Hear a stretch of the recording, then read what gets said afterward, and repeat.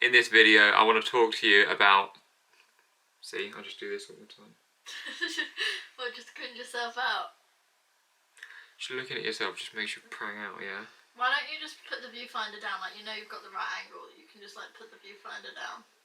Do you think that'll help? Oh, no, I don't have to stare at yourself. Maybe. Bye, miniature George. Bye, smile George. Hey guys, welcome to my video. And in this video, I want to share with you my experience from distancing myself from social media and give you a few tips as to how maybe you can do it for yourself. So, I appreciate the irony of reaching you on social media and encouraging you to quit social media.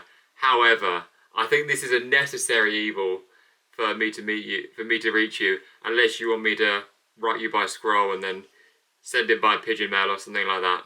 But hopefully this may and could be the last video you watch in a while you go on your digital detox. So if, like me, because of coronavirus and the national lockdown, you've just found yourself indoors watching more screens, spending more time on your iPad, spending more time on your phone, looking at Facebook, looking at Twitter. I'm not going to name them all, but you know what I'm getting at. There's a lot of social media, there's a lot of screens to distract you, and especially if you're not able to work or something like that, you just naturally find yourself on the television, Cheetos or what's it's in hand, throwing them back, mindlessly watching the television.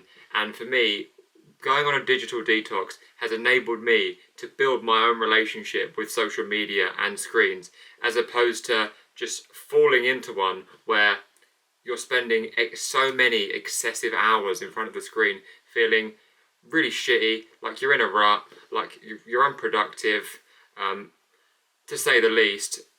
Maybe even as far as unfulfilled, without purpose, blah blah blah blah blah. But what I want from you to get from a digital detox, and perhaps maybe the start of it from this video, is you need to build your own relationship with something that can actually make your life worse. Clip done? Yeah. Meanwhile, I'm in the back like this. La la la, Instagram, la la la, Facebook, la la la.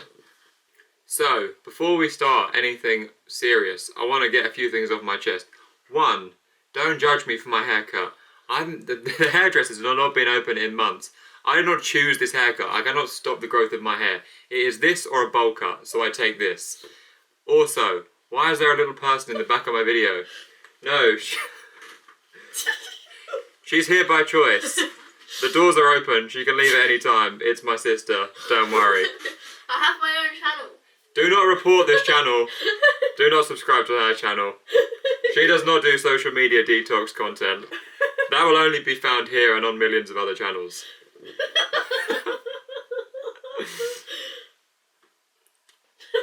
It's like the laughter stopped. Okay, move on to the next joke. What else you got? I'm just the laugh track. When it's over, it's over. That's your cute audience laugh. So for me, back in January, having spent 6, 7, 8, whatever months in lockdown, it got to a point where I was just thought, no, I'm spending way too much time on screens. Obviously it's dark out, you can go out less and less, you can't see your mates, or you're just only being able to call them or text them. And for me, distancing myself from social media, cutting back loads, was just a really great way of rethinking, hold on a minute, how do I actually be wanting to spend my time? And how can I use these things for my benefit as opposed to my detriment? So for me, what I now rationalise about social media is they're very impulsive things to look at. So for example, you could just be doing something completely unrelated. You could be cooking and all of a sudden your phone's in your hand, you're checking your messages. Why? Why are you doing this? You may not even be expecting a message, but yeah, you're looking. Okay, you've looked. 2 minutes later, what are you doing? You're checking again. This social media stuff it's impulsive and it hotwires your brain to be mindlessly looking and scrolling and checking for no apparent reason. And obviously that's what it's designed for, right?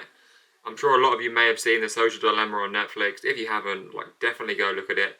No link in the description, just go find it. But this stuff is designed to hotwire your brain and keep on bringing you back and back, right?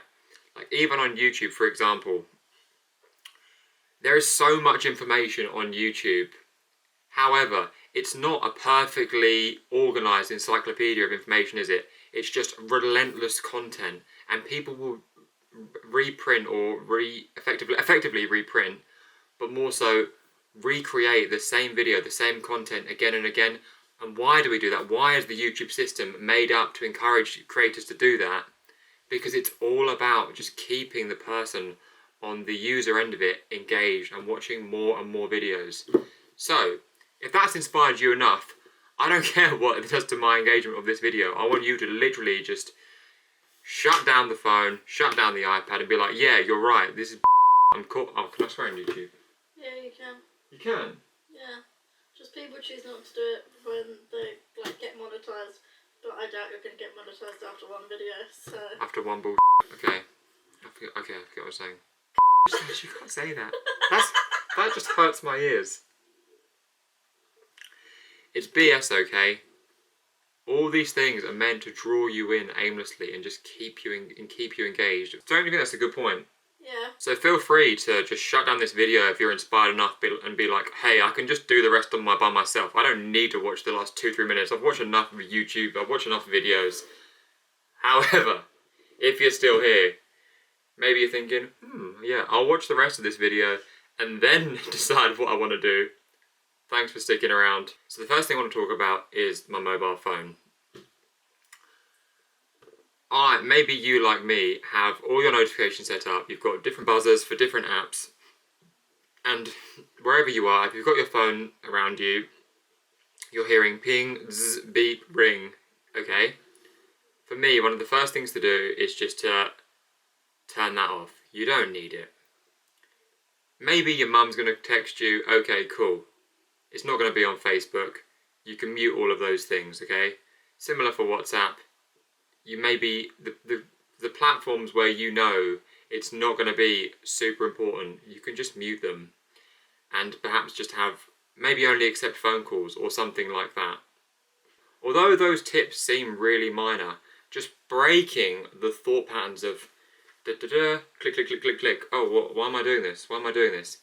It has a huge effect. Now, you will know for yourself whether you need to go, right, complete detox, uninstall, you know what, actually forget the uninstall, I'm just going to lock my phone in a drawer for a month, or whether you think, okay, no, that makes sense, I can narrow it down, so maybe I just re-download Facebook in the evening, and then I delete it before I go to bed. For me, that worked way better, so I've got the whole day free from when I wake up to 7 o'clock, and then I'll delete them again at 10 o'clock in the evening. Okay, another point with the phone, right, is while you're working, and I used to do this all the time, is prop my phone up and have it in my view all the time. It's really just, you don't need to do it because you're naturally just checking and looking at it all the time. And sometimes, even when there's no message, because it's in your peripheral, sorry, I'm beginning to demonstrate what I'm talking about. So say I'm here, tap, tap, tap, tap, tap, tap, tap. Don't worry, I don't tap that hard. I'm not a freak of nature. But then you're looking at your peripheral and you think you see messages and they don't exist. So look, when you're doing stuff where you're trying to focus, where you're trying to be productive, just don't have your phone on you. If it rings and it's in a drawer. Okay, so now onto the laptop. So obviously, similarly to the apps, right, I've got my Messenger app, I've got my WhatsApp app. They have just got to go. Straight away, they're gone. Again, reinstall them in the evening if you really want to, fine. Now, getting onto some thicker stuff. I don't know if you, like me, you have some go-to websites where, again, you're just punching it in and you could just spend so much time. So obviously, okay, Instagram, cool, Facebook. But for me, Mail Sport as well. I'm relentlessly checking it. Like, they don't upload new stories every 2 minutes. So it's ideal to really cut back on it. And again, as these websites that you'll compulsively check again and again, add them to like some kind of list where you're consciously aware, like, no, I am wasting time on this. And that might be YouTube, that might be ASOS, you know, or I don't know, whatever else, Alibaba. Hopefully nothing too extreme. And you laughing? Yeah, that was funny. You know what? Yeah. I get it. If you're spending too much time on that kind of stuff, that's a different kind of problem and a video that's never going to be on this channel, but you get what I'm saying. I found this great Chrome extension app, so the web browser, Google Chrome, an extension for that, and it's called Stay Focused, as you'd expect, right? And what it's able to do, you can literally add the websites that you know are just really toxic to your productivity and your focus, stick them on there, and then there's lots of different options. So one, perhaps you can just limit the total time, so maybe you give yourself 3 hours a day and then it resets each day. But what I really like to do is there's a nuke option. So you press a button and then effectively you're banned from those websites for however long you set. I set 3 days because how my experience of it is, the 3 days expires and then it can start to gradually build up again, and then I realise I've got these compulsive habits, slipping back into them. So then I'll just hit nuke again for 3 days, and it means I literally just can't access them. And you know what? All the websites that I would compulsively go on before to kill time, I don't miss them. I don't think many people really miss their social media accounts and these ridiculous websites they spend loads of time on, unless they really need them for like their business, or there's particular friends that they just physically cannot communicate. So now let's hypothetically put you in a situation where you're digital detoxing, right? You're using your phone less, you're using your computer less, you're watching way less TV, you're engaging far less with your like BS posts on Facebook and Instagram.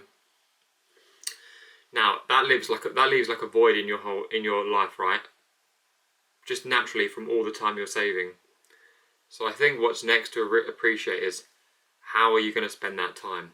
I think that people think, or I certainly did, that you're going to stop spending so much time on social media and then you're automatically going to start like chugging 4 green shakes a day, running 10 kilometers a day, reading 3 books a week. It's not how it works.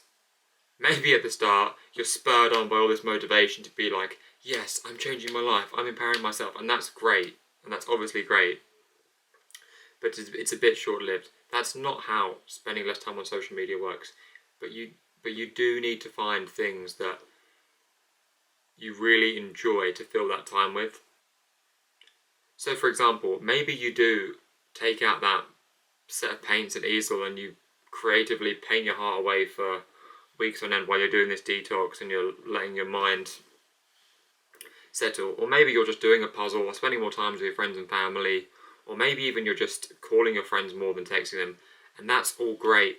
But I really think that as you take away all this stimulus and all these things that just passively entertain you, that aren't engaging at all, you want to really think big about all the stuff you can put into that time. So for me, for example, right, I'm making this video right now. I've been thinking since my detox especially, right, how does YouTube work? How does lighting work? And although I can appreciate from this video you're going to be thinking, well, you must be a really freaking slow learner, or you're clearly not practicing what you preach. But it's genuine, right? Like, you're not going to be able to have spend loads and loads, or I didn't spend loads of time on social media whilst also thinking, oh hey, what productive things can I do? Can I learn to start speaking into a camera and editing and figuring out YouTube? So this is my thing. I just want you to find your own things as you take away your time from social media. Nevertheless, I think it's really important to remember though that social media screens are not a bad thing. The internet is an amazing place, not just because we have like stuff like Doja Cat on it, but because Sorry. You like Doja Cat? I just saw a reference in a meme and I thought it was funny. Doja Cat. Do you know who Doja Cat is? No. She's a singer. Oh, okay. So So the internet is a great place and it's full of so much information and it's great for connecting us, but only if we use it appropriately. But I think there definitely is a dark side to social media where if it's not used responsibly by the user, then it can be to the detriment of their well-being. I don't want to be taking out Wonga loans to throw on the roulette wheel, right? And it's similar for social media. I want to connect with my friends. I want to see what they're up to. I want to be inspired by all the social media influencers on YouTube, on Instagram, but I don't want to find myself checking for updates every 2 seconds, like there's going to be a new story released every time I do it, or on Facebook just constantly and needlessly updating the newsfeed, knowing that it's going to feed you some other rubbish that you just don't need and you don't want. So overall, for me, implementing all of this within the last month has, I would say, really affected my well-being. I feel so much better.